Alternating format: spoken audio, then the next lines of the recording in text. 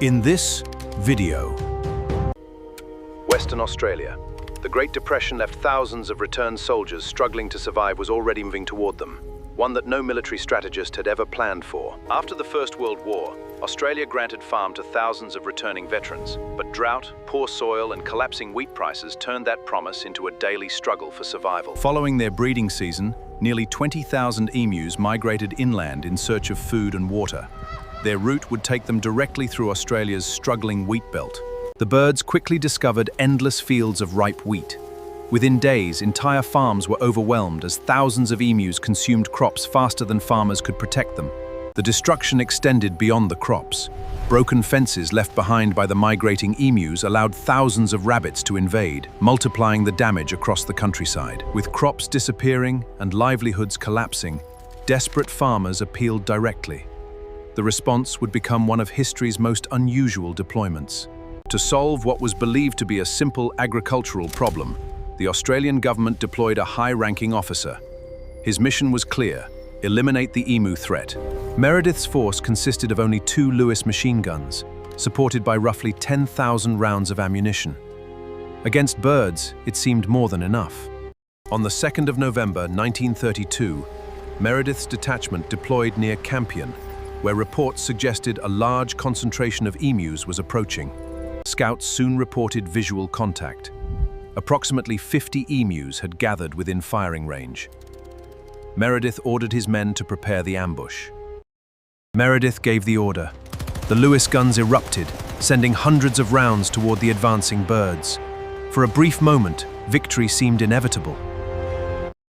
Instead of panicking, the emus scattered in every direction at remarkable speed.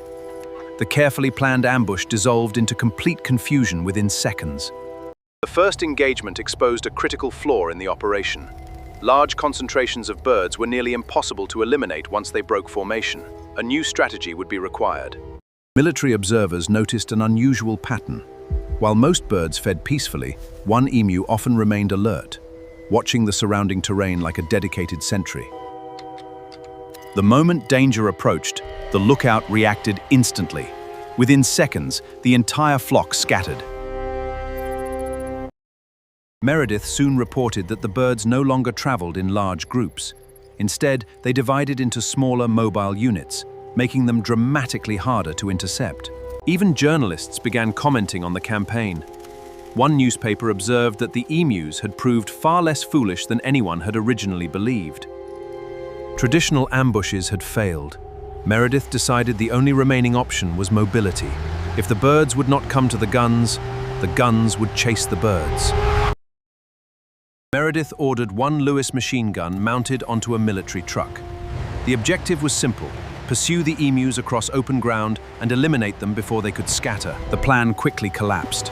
The truck bounced violently across uneven ground. Accurate fire was nearly impossible. The emus continued running at remarkable speed. Despite repeated engagements, ammunition disappeared far faster than the birds. Every report painted the same picture: enormous effort, remarkably limited results. By the end of the campaign, more than 10,000 rounds had been fired. Estimates suggested fewer than 1,000 emus had been successfully eliminated. As news of the campaign spread, public debate intensified. What had begun as a straightforward military operation was rapidly becoming a national embarrassment. On the 10th of December 1932, military operations officially ended. The Australian Army withdrew, leaving the surviving emus in control of the countryside.